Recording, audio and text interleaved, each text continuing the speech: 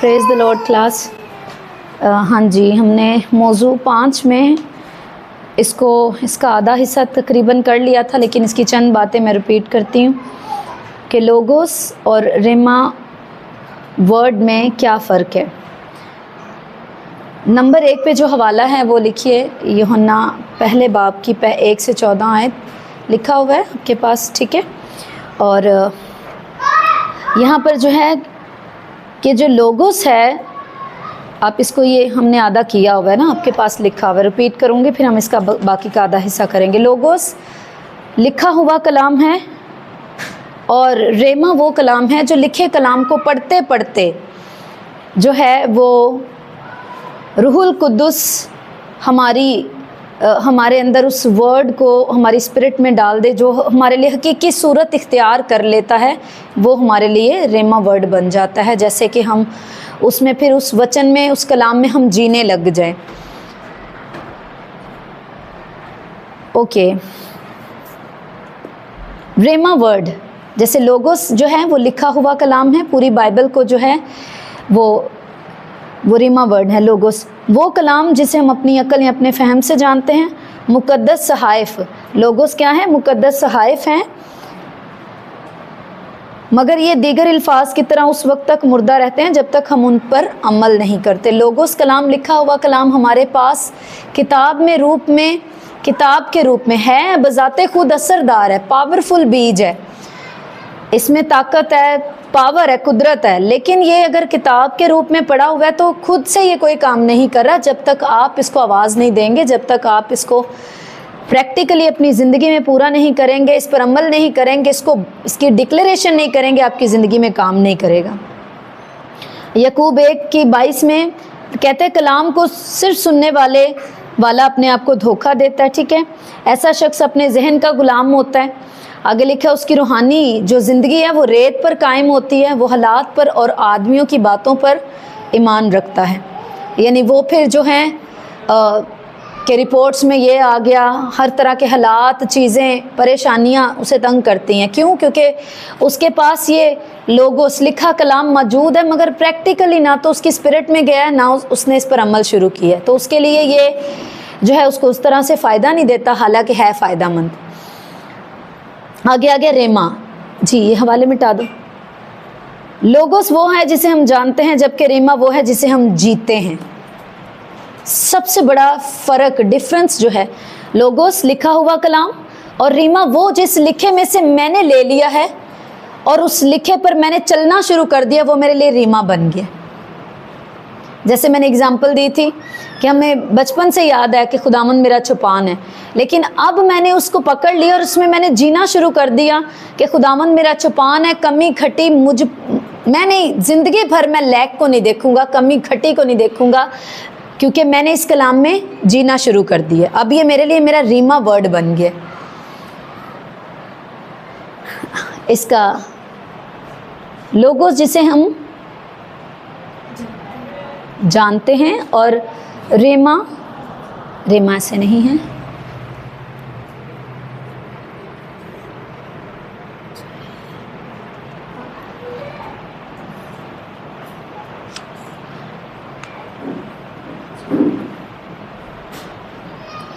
जब लोगोस हमारी दानिश में मौजूद या मरकूम कलाम, लोगोस क्या है? हमने क्या सीखा कि वो लिखा हुआ मरकूम कलाम है, हमारी रूह में हकीकी सूरत इख्तियार कर ले तो ये रीमा बन जाता है। जैसे कि हम उसमें प्रैक्टिकली जीना शुरू कर दें, हमारी रूह में उतर जाए, हम उसे प्रैक्टिकल रूप में पूरा करना शुरू कर दें, तो वो वर्ड मेरे लिए रीमा। तो रीमा आपको ज़रूरी नहीं सालों बाद के मिले या ज़िंदगी में एक बार मिले, रोज़ आप रीमा वर्ड रिसीव कर सकते हैं अगर आप कलाम के लिए भूखे। और कलाम जो है खुदा का रूह, खुदा का कलाम, इसके गहरे भेद हमेशा भूख और प्यास रखने वाले को मिलते हैं। उससे मायने नहीं कि ये नया बिलीवर है या ये सालों से प्रीच करने वाला पास्टर है, इससे फ़र्क नहीं पड़ता। आपकी भूख और प्यास आपको उस लोगोस में से रीमा वचन निकालने के लिए आपकी हेल्प करती। भूख और प्यास, यही जो है वो चाहिए खुदा के रूह को। आपकी डिग्री, आपका जो है ओहदा, ये चीज़ें नहीं, आपकी भूख, आपकी प्यास। वो रोटी है भूखे के लिए, जो भूखा है, जो प्यासा है, जो हाजत रखता है, जो उसके लिए प्यास रखता है, उसे वो सैर करता है। जब लोगों से, ओके ठीक है, याकूब 1 बाब उसकी 22 से 25, जब आप उन सहाइफ पर अमल करते हैं जिन्हें आप पढ़ते हैं तो ये लोगोस रेमा बन जाता है। उसी चीज़ को रिपीट किया है, जब आप उस लिखे कलाम पर अमल शुरू कर देते हैं तो वो आपके लिए क्या बन जाता है? रेमा। एक तरह से कह लो ये रेमा वचन की, रेमा वर्ड क्या होता है, उसकी डेफिनेशन है कि जब लिखे कलाम पर, लोगोस पर, जिसे आप पढ़ते हैं, जिसे जो लिखा कलाम है, जब आप उस पर अमल शुरू कर देते हैं आपके लिए रेमा बन जाता है। आप इसमें से अब हज़ारों आयतों को अपना रीमा वर्ड बना सकते हैं, कोई एक ही आयत नहीं कि ज़िंदगी में मुझे पहली बार मिल गया, मैं उसी में जीता। आपको पूरे वचन में जीना है। हालेलुया। मरकस 11 की 23, कलाम पर अमल करना आपके ईमान को तामीर करता है, और जब ईमान आपके जहन में पुख्तगी इख्तियार करता है तो ये पहाड़ों को भी हिला सकता है। ईमान रखें। फिलिपियों 4 की 19।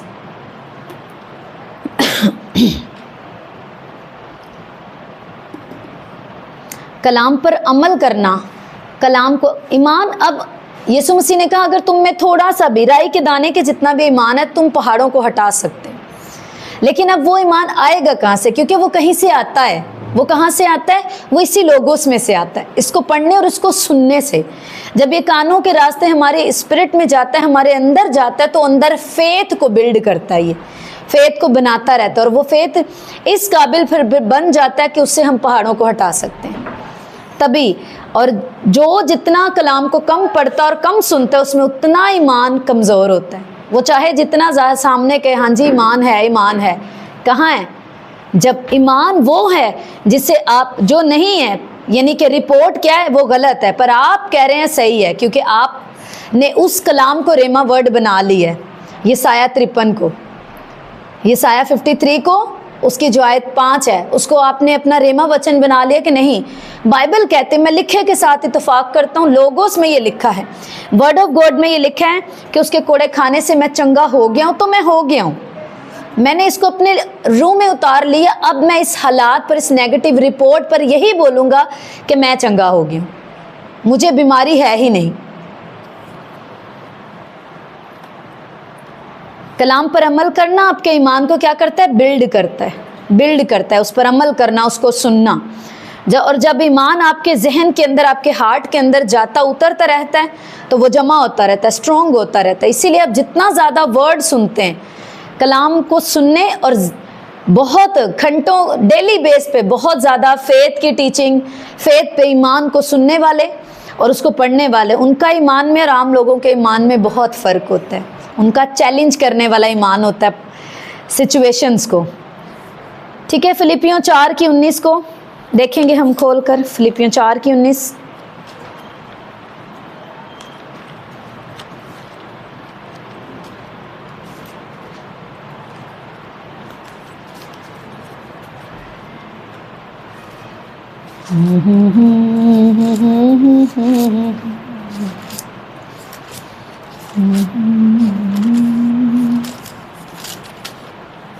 फिलिपियों 4 और उसकी 19 आयत को, हाँ जी, सब देखेंगे।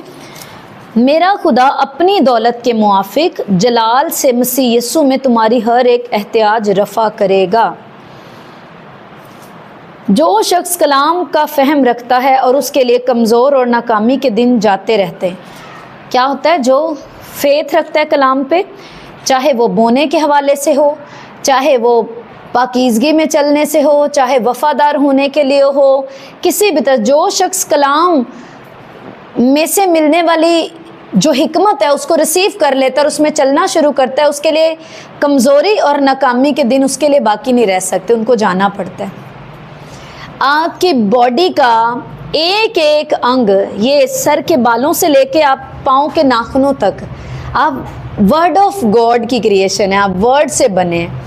और मैं आपको बताऊं, आप कमांड करोगे ना अपने बालों से लेके पाँव के नाखूनों तक, अपने बॉडी के हर एक अंग को, जो सिस्टम सही वर्क नहीं कर रहा, अभी मैं कायनात और हालातों और सिचुएशन ही, आपकी बॉडी की ही पहले बात, आप जस्ट कमांड करो कि मैं तुझे हुक्म देता हूँ, ठीक है, कि जैसे मसीह यीशु ने मुझे परफेक्ट बनाया है, मेरा हर एक सिस्टम वैसे प्रॉपर वर्क करे।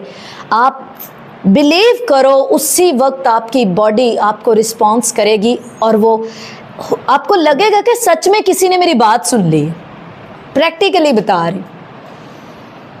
इसीलिए क्यों? क्योंकि पूरी कायनात वर्ड को सुनती है और वो हालात, सिचुएशन, एवरीथिंग, जो कुछ भी आप फेथ के साथ जब वर्ड में से कमांड करोगे, उस के ऊपर वर्ड बोलोगे, आप देखोगे कि वो नाकामी, वो फेलियर, वो चीज़ें बदलेंगी।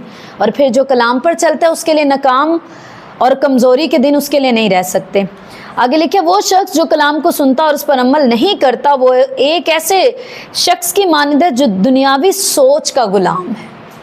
इसीलिए जीसस क्राइस्ट ने कहा सोच को बदलो, तौबा करो, रुजू लाओ, मन फिराओ। मन फिराने का जो असल मतलब है वो है सोच को बदलना। जब सोच नहीं बदलती, लोग सालों साल खादम बन जाते हैं, बड़े ओहदों पर चले जाते हैं, सालों से क्रिश्चियन हैं, चर्च के मेंबर हैं, स्ट्रॉन्ग, सोच नहीं बदली, सोच को रूहानियत में नहीं ढाला, उसको कलाम के मुताबिक अपनी सोच को और कलाम को एक नहीं किया। अभी भी कलाम चर्च के टाइम है, कलाम की दुनिया एक अलग ही, उन्होंने एक सिस्टम बनाया, उसकी डायरी अलग है और अपनी सोच की, अपने तरीक़ों की डायरी अलग है। इसीलिए कभी भी जो है वो कलाम पर अमल कर ही नहीं सकते, क्योंकि हर चीज़ में बीच में सोच, अक्ल घुस जाती है। इसीलिए यीशु मसीह ने कहा कि अपनी सारी अक्ल से भी उसे प्यार करो, ठीक है ना।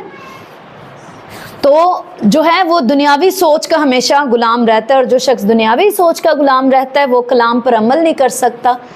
इसीलिए फिर उनका ये होता है कि जी कलाम पे चलना बहुत मुश्किल है, क्योंकि मैं अपनी सोच का बटन नहीं बंद कर सकती, इसको चलाना बहुत ज़रूरी है। शायद कुछ लोगों को लगता है इसको इस्तेमाल नहीं करेंगे तो शायद ये बेकार हो जाएगी। रेमा के साथ किसी किस्म का खौफ या शक नहीं होता, बल्कि इत्मीनान होता है। रेमा वर्ड जब आपकी स्पिरिट में होता है, एक फेथ होता है आपको कि नहीं अब ये मेरे लिए हो चुका है। आमीन। एक निशानी है, आपको ज़्यादा पहचान नहीं, मैं कैसे जानूं कि ये मेरे लिए वचन रीमा बन गया। जिस कलाम को जब आप कंटिन्यू रोज़ बाइबल पढ़ते हैं, रोज़ बाइबल पढ़ते और पढ़ते पढ़ते एक ऐसी आयत आपको इत्मीनान आने लगे, आप वहीं पर ठहर जाएं, बार बार उसको पढ़ने को दिल करे, वहीं पर रुकने को दिल करे और उसी पैराग्राफ को आप घंटों सोचते रहें, देखते रहें, मेडिटेशन में उतर जाए, आपके अंदर चला जाए, मतलब वो आपके लिए रेमा वर्ड आपको मिल गया है, अब आप उसमें जीना शुरू कर देंगे। आमीन। और मेरा ये ईमान है कि जैसे वो हमारा ऐसा अजीम बाप है कि वो जो कुछ करने के लिए कहता है उसके साथ जो है ना, जैसे मैं बोलूँगी ना अभी कि ये काम करके आओ तो उसके साथ जाने के पैसे साथ ही दूंगी, समझ आ रही ना। तो वो ऐसा कि वो जिस काम को कहता है ये करो, उसके साथ वो मनी, ग्रेस जो है वो साथ ही देता है। ये मेरा फेथ है। खुदावंद आपको वो नहीं कहता जो आपकी ताकत से बाहर है, जो वो आपको कह रहा है समझ जाओ, क्योंकि वो आपको आपके हर एक सिस्टम को, फंक्शन को आपको क्रिएट करने वाला है, उससे मालूम है आप ये कर सकते हैं। जस्ट फेथ के साथ आमीन कहो, पकड़ो और काम पे लग जाओ, आप कर लेते हैं। लेकिन जब आप उठे ही नहीं, मैं नहीं जाना, मेरे को नहीं जाया जाता, मेरे को बस, फिर नहीं कर सकते, मुझसे नहीं होगा, मैं नहीं कर सकता, मेरी ताकत से बाहर। अगर आपकी ताकत से बाहर है वो आपको क्यों कह रहे हैं? क्या वो ऐसा बाप है जो चाहता है कि आपको ये मैं दूं और आप जब ना करें तो आपको सजा दे? वो ऐसा खुदा नहीं है, ऐसा बाप नहीं। और लोगों ने गलत ही हर चीज़ को इतना डिफ़िकल्ट बना दिया है, गलत चीज़ें, गलत तलीमें फैला फैला करके हर लगता है कि कलाम तो एक ऐसा तीर है जड़ा मैं तो चला ही नहीं सकता। हालेलुया। ये आपके बाप के मुंह से निकला वर्ड है, इसीलिए उसने कहा तू भी इसे मुंह पर रख। हालेलुया। तो जो भी खुदावंद आपको कहता है याद रखो। अगर वो कह रहा है कि बेटा आप चोरी छोड़ दे, इसका मतलब आपको वो ग्रेस साथ ही दे रहा है छोड़ने की, अब आप छोड़ पाएंगे। कोई भी कमी वो कह रहा है बेटा छोड़ दे, तो उस पर मेहनत करने, उस पर मेडिटेशन कर लो, समझ जाओ मैं आज के बाद ये कमी जा चुकी, क्योंकि मेरा बाप सिर्फ कहता नहीं, साथ में मुझे अपनी ग्रेस भी देता है। तो रेमा के साथ किसी किस्म का खौफ या शक नहीं होता, बल्कि इत्मीनान होता है कि डन हो गया। मत्ती 11 उसकी 28 से 30, इब्रानियों 4 9 से 11,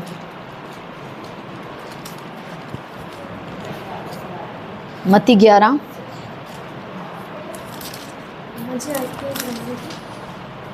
इब्रानियों 9 से 11, मत्ती 11 28 से 30 निकाल लेना।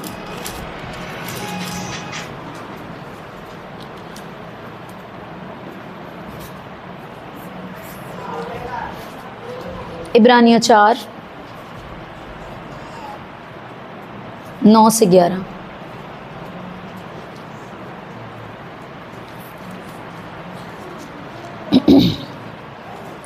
हाँ जी, पढ़ो कोई। क्या लिखा है मत्ती 28 से 30 में, ऊंची आवाज़ से। मेहनत उठाने वालों और बहुत से थके हुए लोग सब मेरे पास आओ, मैं तुमको आराम दूंगा। मेरा जवाब है ऊपर खा लो और मुझसे सीखो, क्योंकि मैं हलीम हूँ और दिल का हल्का हूँ, तो तुम्हारी जान आराम पाएगी, क्योंकि मेरा जवाब मुलायम है और मेरा बोझ हल्का है। आमीन। अब आप अपनी ज़िंदगी में थके हुए हैं, हारे हुए हैं, मेहनत कर कर के, कोशिश कर कर के, काम की शुरुआत कर कर के, स्पिरिचुअल लाइफ को शुरू कर कर के, नए सिरे से सब कुछ आगाज़ कर कर के थके हुए हैं, या कुछ भी अपनी लाइफ में बिजनेस शुरू करके या एक नई शुरुआत करके रिश्तों में, लेकिन थक गए, हार गए, होता कुछ नहीं। लेकिन आप बाइबल को पढ़ने वाले हैं और एक दिन आपको ये वर्ड आपको मिलता है कि यीशु मसीह आपको क्या कह रहे हैं, वो आपसे बात कर रहे हैं। क्योंकि हम जब ये समझते हैं कि जब मैं बाइबल को पढ़ रहा हूँ तो मेरा बाप मुझसे बात कर रहा है, खुदावंद यीशु मसीह भी मुझसे बात कर रहा है, वो कलाम बोल रहा है मेरे लिए, यीशु बात कर रहा है, तो वो मुझसे क्या कह रहे हैं कि तुम क्या करो, मेरे पास आ जाओ। इट्स मीन फिर मुझे ये गौर करनी चाहिए कि कहाँ मैं उसके पास नहीं हूँ, कहाँ पर मेरा उसके साथ इत्तेफाक नहीं है। क्योंकि जब दो लोग इत्तेफाक नहीं करते इकट्ठे तो चल ही नहीं सकते। तो कहाँ मैं उसके साथ नहीं हूँ जो मैं उसके साथ हो लूँ, उसके पास आ जाऊँ ताकि मुझे आराम मिल जाए और मेरा बोझ जो है वो जाता रहे, मैं उससे सीख लिख कहता मुझसे सीखो। इट्स मीन अब मुझे सीखना चाहिए कि मैं ये कैसे कर सकता हूँ। हालेलुया। तो यही वर्ड जो है वो इसके ऊपर मेडिटेशन करे, वो इसमें जीना शुरू करे और यीशु मसीह को अपना बोझ दे हर रोज़ के, खुदावंद मेरा बोझ ले ले और जो तेरा है वो मुझे दे। तो इस तरह से उसका बोझ उसकी ज़िंदगी से जा सकता है और वो अपनी ज़िंदगी में उस आराम को रिसीव कर सकता है जो यीशु देता है। इब्रानियों 4 में क्या लिखा है, 4 उसकी 9 से 11। बस खुदा की उम्मत के लिए सब्बत का आराम बाकी है, क्योंकि जो उसके आराम में दाखिल हुआ उसने भी खुदा की तरह अपने कामों को पूरा करके आराम किया। इसका मतलब अगर मेरी ज़िंदगी में अधूरापन है, सब कुछ अधूरा है, जो शुरू किया कभी पूरा नहीं हुआ, तो यीशु वो है जो एक ऐसी एग्जाम्पल है जिसने फिनिश किया हुआ सब कुछ। तो उसके पास फिनिशिंग ग्रेस है और मुझे चाहिए, उसके पास है, तो मीन्स मुझे उसके पास जाना पड़ेगा जिसके पास ऑलरेडी है, तो वो मुझे दे सकता है। आमीन। तो मुझे जो है वो अपने कामों को पूरा करने के लिए खुदावंद के पास आना है ताकि वो मुझे भी हर एक काम को पूरा करने की ग्रेस दे। इस वर्ड को आप पकड़ लें, उस पर मेडिटेशन करना शुरू करें, कामों को फिर से एक नए फेथ के साथ शुरू करें, आप कर पाएंगे। जब इंसान अपने जहन पर खुदा के कलाम को हुक्मरानी नहीं करने देता तो हसद, फसाद, फिरके यानी तमाम जिस्मानी काम जो गलतियों 5 उसकी 19 से 21 उसके अंदर फ़रोग पाते हैं। सोच को बदलना, अपने माइंड को खुदावंद के ताबे करना। अब मुझे मान लो कि किसी ने बड़ा ही नुकसान कर दिया, बहुत बड़ा सदमा दे दिया, दुख दिया है, या बहुत बड़ा फाइनेंशियली नुकसान कर दिया। अब वो माफ़ करने के लायक नहीं है क्योंकि उसने यहाँ समझबूझ के किया है या कुछ भी ऐसा किया, नफ़रत में किया है, किसी भी तरह से माफ़ करने के लायक नहीं। लेकिन अगर मेरी सोच कलाम के ताबे नहीं तो मेरे लिए बहुत मुश्किल होगा कि मैं उसे माफ़ कर सकूं। फ़ैन ऑन कर लो बेटा पीछे का। तो क्या हो जाएगा, फिर मुश्किल हो जाएगा उसे माफ़ करना, वो चीज़ों को भूलना जो फिर दुखी करेंगी, तो मुश्किल। लेकिन जब मैं कलाम को पढ़ूंगा तो वहाँ पर क्या लिखा है, वहाँ पर मुझे क्या मिलेगा कि तू ये ना कह जैसा उसने मुझसे किया मैं भी वैसे ही करूँगा। हसद छोड़ दे। फिर मुझे पता लगेगा, बाइबल में से मैं पढ़ूंगा तो मुझे मालूम होगा कि गलतियों 5 के मुताबिक हसद जो है, नफ़रत जो है, माफ़ ना करना, कड़वा रहना मेरा ही नुकसान है। तो फिर मैं क्या करूँगा, मैं माफ़ कर दूँगी उसको। तो इस तरह से क्या होगा कि मेरी अक्ल जो है उसके ऊपर कलाम हावी हो जाएगा, हुक्मरानी करने लग जाएगा। तो ये इससे मेरा फ़ायदा होगा कि मेरे अंदर से कड़वाहट चली जाएगी, हसद चली जाएगी, मैं जिस्म के कामों की लिस्ट में नहीं गिनी जाऊंगी, है ना।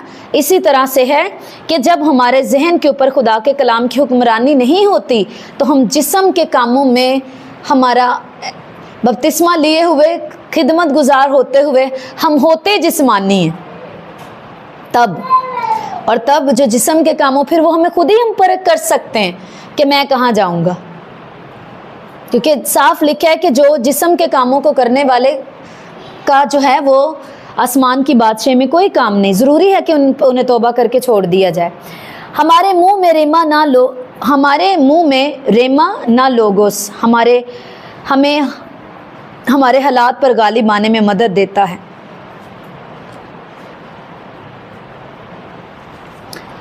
फिलिपियों 4:11 लिखें, ये नहीं कि मैं मोहताजी के हालात से लिहाज से कहता हूँ, क्योंकि मैंने ये सीखा है कि जिस हालत में उसी पर राज़ी रहूँ। खुदा चाहता है कि हम अपने हालात में राज़ी रहें। इसका वाहिद रास्ता यह है कि हम कलाम के मातहत जहन अपनाएं। खुदावंद क्या चाहता है कि हम जो है वो थैंकफुल हों, हर तरह के हालातों में थैंक्स करें और अपने जहनों को खुदा के ताबिया करें। चौथा जो है इसका हिस्सा वो है, हमारी ज़िंदगी का हर पहलू या तो हमारे जहन के या फिर कलाम के मातहत होता है।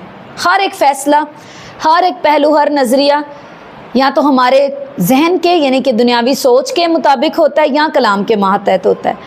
अगर आप ज़िंदगी में अपने हालात की बुनियाद पर या फिर किसी शख्स के कहने के मुताबिक चलते हैं तो याद रखें कि आपकी ज़िंदगी का वो हिस्सा आपके हालात और उस शख्स के मातहत है, ना कि कलाम के, है ना।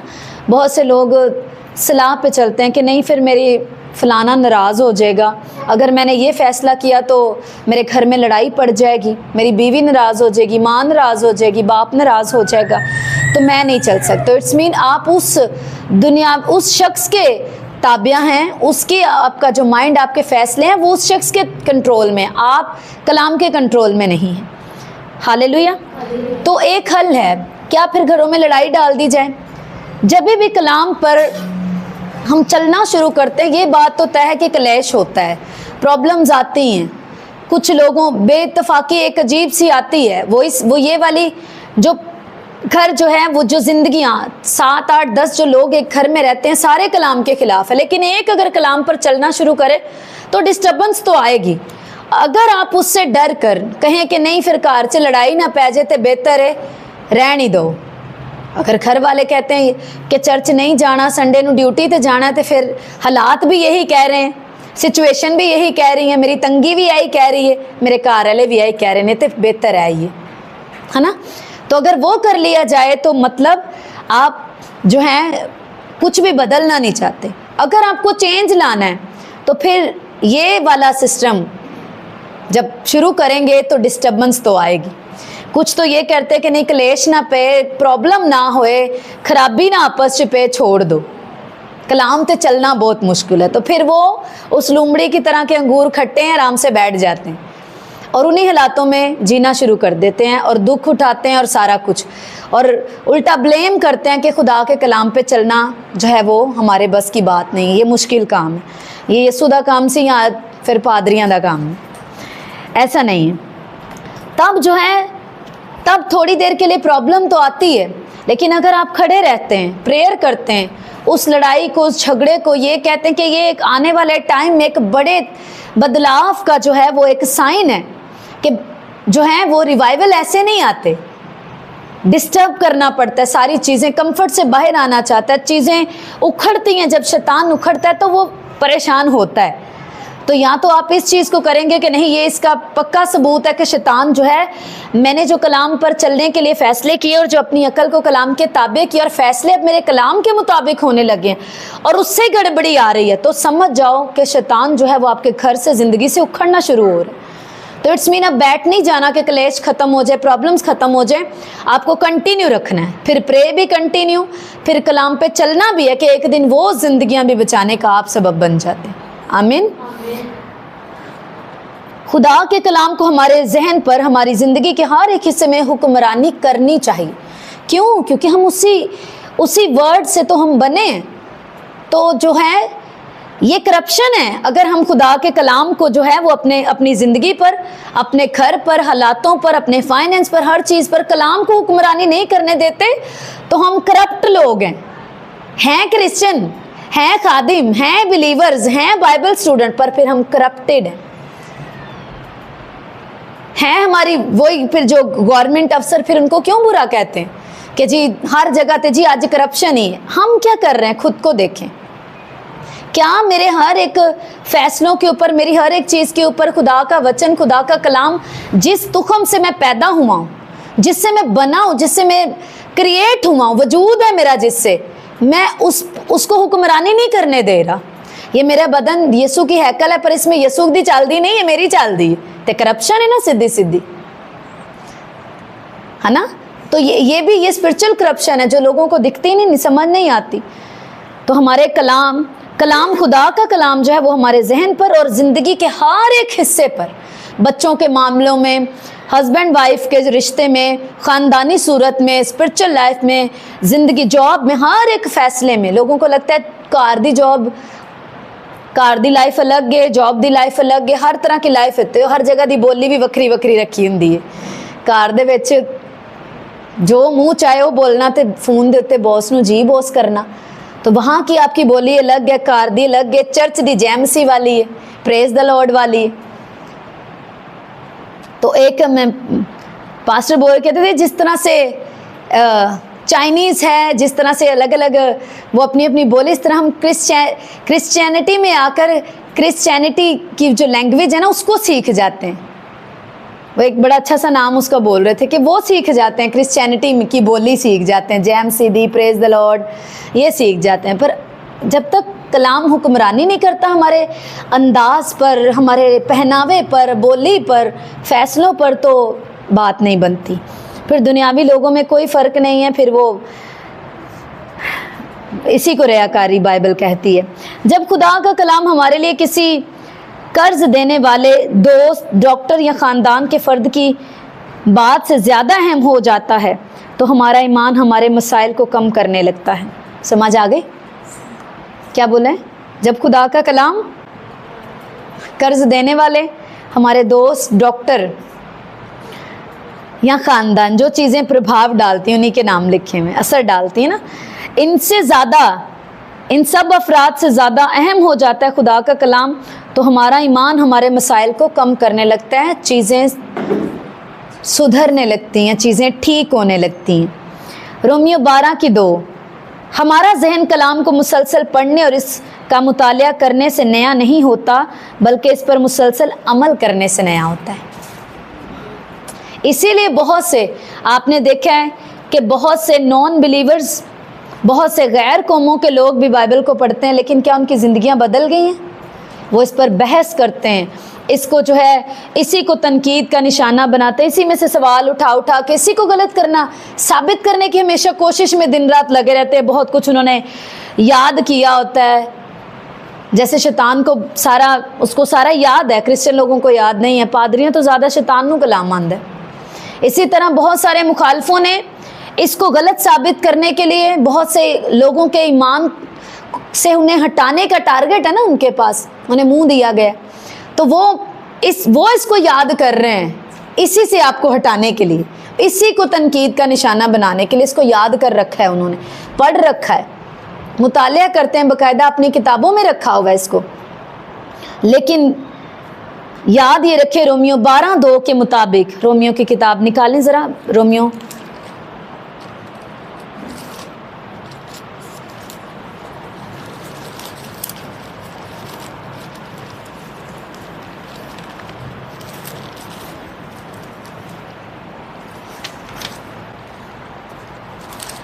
रोमियो 12 बाब उसकी दूसरी आयत, और इस जहाँ के हम शक्ल ना बनो, बल्कि अकल नहीं हो जाने से अपनी सूरत बदलते जाओ, ताकि खुदा की नेक और पसंदीदा और कामिल मर्जी तजर्बा से मालूम करते रहो। कंटिन्यू वाला प्रोसेस है, अकल नहीं होने से, है ना। जब तक सोच नहीं बदलेगी, अक्ल नई नहीं होगा। और अक्ल नई जो है वो सिर्फ बाइबल को पढ़ने से अक्ल नई नहीं होती। जैसे अभी मैंने बताया कि बहुत से लोग, इस ऐसे क्रिश्चियन लोग भी हैं, उन्होंने बाइबल दी आयतां पढ़नियां सुबह मॉर्निंग च, पता है एक कॉन्सैप्ट मिलिया बाइबल पढ़ो बरकत मिलती है, पढ़ो बाइबल, तुसी क्रिश्चियन हो, तुहाडे घर बाइबल पढ़े लिखे सारे। और एक जो वो बात है, बस बाइबल पढ़न जोगी कुड़ी हो जाए, मुंडा इन्ना को पढ़ ले बाइबल पढ़ लेंदा है, जी रिश्ता वेख्या सारा कुछ ऐसी बाइबल, हाँ जी बाइबल पढ़ लेंदा, अरे अमल भी तो करदा है भी तो वेखो कि नहीं, पढ़ लेना। तो यहाँ तक जो है वो अपने आप को तसल्ली दी, बाइबल बस पढ़ लैन। तो बाइबल पढ़ने से, इसको कंटिन्यू भी अगर आप पढ़ते हो, लेकिन अगर इसको भूख प्यास के साथ, एक होता है भूख प्यास के साथ कंटिन्यू पढ़ना, खुदावंद से सीखने की गरज से पढ़ना, इसलिए कि खुदावंद मुझसे बात करे इसलिए पढ़ना, कंटिन्यू पढ़ना, वो वाला कंटिन्यू पढ़ना आपके माइंड को खोलता है, आपके अंदर ऑटोमेटिक तब्दीली आती जाती है, आपको कलाम समझ आने लगता है जब आप उसको, और उससे आप जो है उस पर मेडिटेशन करने लगते हैं, आपको ध्यान अटका रहता है उसी पर जो पढ़ा, क्योंकि भूख प्यास के साथ पढ़ा और कंटिन्यू पढ़ रहे। एक है सिर्फ जो है समझ लेने के लिए, थोड़ी नॉलेज लेने के लिए, जैसे मैंने कहा कि जो नॉन बिलीवर लोग हैं, जो बहुत से जो इस पर डिबेट करते हैं, इसको तनकीद का निशाना बनाने के लिए पढ़ते हैं, एक शैतानी मोटिव पीछे रख के पढ़ते हैं, है ना, वो वाले लोग। और जो वो क्रिश्चियन है जिन्हें इस पर अमल करने से कोई गरज नहीं, उन्हें बस इतना पता है कि चलिया नहीं जा सकता, सिर्फ इन्हें पढ़िया जा सकता। उनको लगता है कि ये वो किताब है SST की या हमारे स्कूल की, वो जो मैट्रिक दा वो सबक है जड़ा पेपर देने ने बस पढ़ के नंबर आ जाए, बस क्रिश्चियन है तो पढ़ लेते हैं। तो ऐसे लोगों का मुसलसल पढ़ना, उन्हें जब तक अमल में जब तक ये नहीं आती, ये बदल नहीं सकती। हालेलुया। तो इसको मुसलसल उन्हीं को पढ़ने से उनकी ज़िंदगियां बदलती हैं, जो भूख और प्यास के साथ पढ़ते हैं, जो सीखने की गर्ज से पढ़ते हैं, जो बाप की मर्ज़ी को जानने की गर्ज से पढ़ते हैं। वो मुसलसल जब पढ़ते हैं और अमल करते जाते हैं तो वो नए होते जाते हैं। इसी से अक्ल नहीं होती। हालेलुया। यही अक्ल को नया करती है, यही सोच को बदलती है। खुदावंद के बाइबल मुकद्दस ही सोच को बदलती है, और इस पर मुसलसल अमल करने से हम नए होते जाते हैं। आगे लिखे, अपनी सोच के मातहत जहन पर गालिब आने के लिए कलाम के उन हवाला जात को ढूंढें जो कि इस हवाले से हदायत देते हैं, हदायत देते हैं। ठीक है, अपनी सोच के मातहत जहन पर गालिब आने के लिए, यानी कि अपनी अक्ल सोचों पर गालिब आने के लिए इसकी मेडिटेशन करें, ऐसे हवाले निकालें जो माइंड को चेंज करते हैं, जिससे अक्ल नहीं होने के लिए जैसे हवालों को निकालें। आगे लिखा है, लोगोस पर उस वक्त तक अमल करते रहें इनका इकरार करने के ज़रिए, मतलब मेडिटेशन, है ना, मेडिटेशन के ज़रिए, अंगीकार के ज़रिए, जब तक ये रीमा आपकी रूह का हिस्सा ना बन जाए। लोगोस पर इतनी मेडिटेशन करें, इतना मनन करें, इतना इसको अंगीकार करें, इसका हर ज़ुबान में बता रही हूँ, ठीक है, जो आपके इर्द गिर्द आप सुनते हो, इतना इकरार करो इसका, इतना इसको मुंह से बोलो कि जब तक ये आपके लिए रेमा ना बन जाए। इट्स मीन ये लोगोस खुदा ने बना के दिया और पाक रूह की मदद से रेमा इसको मैंने बनाना है। समझ आ रही? रूहुल कुदुस जो कि मददगार है, उसके बिना तो कुछ मुश्किल जो है, सब मुश्किल ही है, पॉसिबल नहीं है कुछ भी उसके बिना। तो पाक रूह की हेल्प से जब मैं भूख प्यास के साथ पढ़ूंगा तो पाक रूह उसको मेरे लिए रेमा बना देगा। लेकिन मुझे अपना काम करना है, मुझे लोगोस को पढ़ना है और उसको इतना मनन करना है, इतनी मेडिटेशन करनी है, इतना इसका अंगीकार करना है, इकरार मुझ से करना है कि मेरे लिए ये रेमा बन जाए, मेरी स्पिरिट में चला जाए, मेरी लाइफ का टूट हिस्सा बन जाए, मैं उसमें जीने लग जाऊं। आगे लिखे हैं, जब आप ज़िंदगी के किसी हिस्सा में कलाम के मातहत होकर चलते हैं तो आप अपने हालात से मुतासिर नहीं होते बल्कि उन पर गालिब आते हैं। दैट्स वेरी वंडरफुल और ये परफेक्ट बात है। जब आप कलाम के मुताबिक चलने लगते हैं तो हालात आप पर हावी नहीं होते, आप हालातों पर भारी पड़ जाते, उन्हें बदलना पड़ता है। आमीन। आगे अभी इसके सवालात हैं, मौजू ये पूरा हो गया। हाँ जी, सवाल नंबर 1, झूठे मसीह और नबी किस तरह लोगों को गुमराह कर सकते हैं?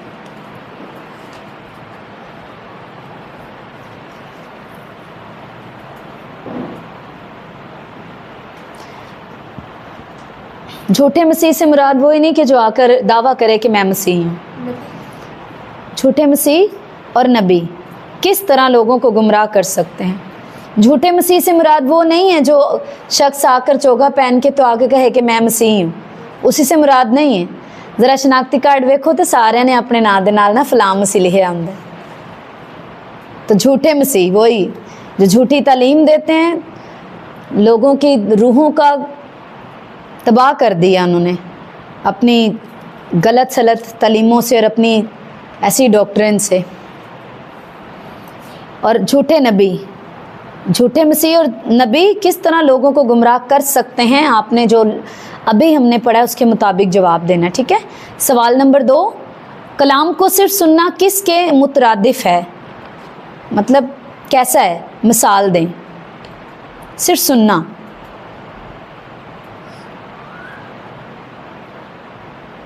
असल में अगर हम हकीकी तौर पर सुने तो वो तो हमारे ईमान को मजबूत करता है, अंदर स्टोर हो रहा है।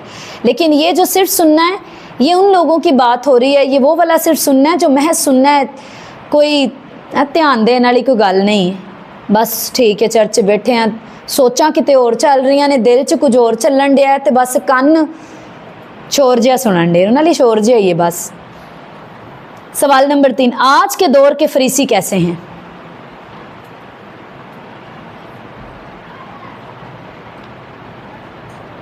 पता है ना, आज भी फरीसियों की स्पिरिट्स कलीसियाओं में हैं, खादमों में हैं, और आज भी चोरों की स्पिरिट भी कलीसियाओं में और खादमों में है, जिन्हें यहूदा की तरह जब लगता है कामों पे तो बहुत परेशानी होती है कि इतना क्यों ला दिता, चर्च में इतना क्यों लगा दिया, इस मीटिंग में इतना क्यों लगा दिया। इंज भी किया जा सकता सी, फेसबुक ते पाते ना, इसका ये भी हो सकता था, भी ये कौन सा तरीका है और वो कौन सा तरीका है। तो ये सब वो जो चोर को ही ऐसा लगा था कि ये इस बिक सकता था, तो वो जो चोर स्पिरिट के हैं ना, उनको ऐसे ही लगता है आज भी, फरीसी स्पिरिट के जो हैं। आज के दौर के फरीसी कैसे हैं आपने बताना है। सवाल नंबर 4, बाइबल की रोशनी से बताना है। ठीक है। सवाल नंबर 4, हमारे दिलों के पर्दे किस के वसीले से हट सकते हैं। थ्रू द रेफरेंस बताना है। ठीक है, अपना वो नहीं करना कि मेरा ये ख्याल ऐसे हट सकते हैं, ऐसे नहीं, वर्ड के साथ बताना है, हवाले के साथ।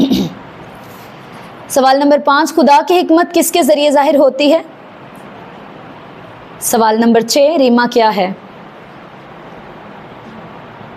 मेरा ईमान है कि अब आप में से हर कोई चाहेगा कि मैं हर रोज़ का रीमा वचन लूँ, आज के लिए आज की रोटी लूँ, ताकि मैं उसको मज़े से खाऊं। मैं जैसे हर रोज़ होता है ना, जिसको बहुत भी गोश्त पसंद हो वो भी 2-3 दिन कंटिन्यू खाने के बाद तंगी आ जाता है, नहीं यार चेंज करो, सब्ज़ी बनाओ, है ना। तो हर रोज़ के लिए एक नया रीमा वचन, उसको सारा दिन आप मेडिटेशन, आपने अगर 10 बाब पढ़ लिए, आपको पूछे कोई क्या पढ़ा है, 10 बाब बाइबल में से क्या पढ़ा है जी, 10 बाब, तो ये भी तो बताओ क्या पढ़ा है। और उसी में वो होते रहते, मैं 10 चैप्टर पढ़ लेने, मैं 20 चैप्टर पढ़ लेने, 20 चैप्टर पढ़ लिया या 10 चैप्टर पढ़ लिया, लेकिन एक भी आयत के ऊपर आपने मेडिटेशन करके उस लोगोस को रीमा नहीं बनाया तो फिर की फ़ायदा। हाँ, फ़ायदा तो वो है, मतलब वो बात नहीं है कि फ़ायदा नहीं, फ़ायदा है, लेकिन वो जो मैं बात करी वो नहीं फ़ायदा देगा। ठीक है, आपके अंदर जा रहा है, स्टोर हो रहा है, लेकिन चाहे उसको कम पढ़ते हो, लेकिन इतना उसको मेडिटेट करो। आप पढ़ो 10 बाब, बुरी बात नहीं है, आप स्पेंड कर रहे हो टाइम, लेकिन उसको चबाने वाला काम करो, स्टोर करो, फिर सारा दिन उन 10 बाब को 10 घंटों में चबाओ भी ना, फिर जो गाली भी करो, उसमें से रेमा वर्ड अपने लिए ढूंढो बहुत सारे। सवाल नंबर 6 लिख लिया, रेमा क्या है। रेमा क्या है, क्वेश्चन मार्क। सवाल नंबर 7, लोगोस और रेमा में फ़र्क बयान करें।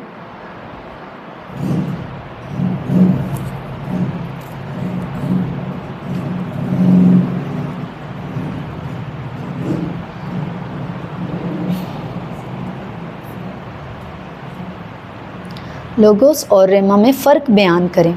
सवाल नंबर 8,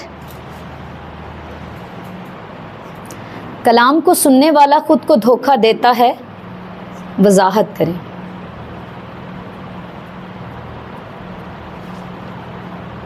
ये यकूब के उस हवाले के मुताबिक है। यहाँ पर अगर आप लगाना चाहते हैं सिर्फ सुनने वाला तो सिर्फ लगा लो, इसलिए कि आपको ये ना लगे कि अगर मैं तो पढ़े सुनिया सी कि कलाम सुनना ईमान पैदा होता है, तो लिखिए कलाम को सुनने वाला खुद को धोखा देता है, वो जो सुनकर अमल नहीं करता वो धोखा देता है। तो यहाँ पर आप लिखते हैं कलाम को सिर्फ सुनने वाला खुद को धोखा देता है। वजाहत करें। सवाल नंबर 9 है, रेमा की खुसूसियात बयान करें।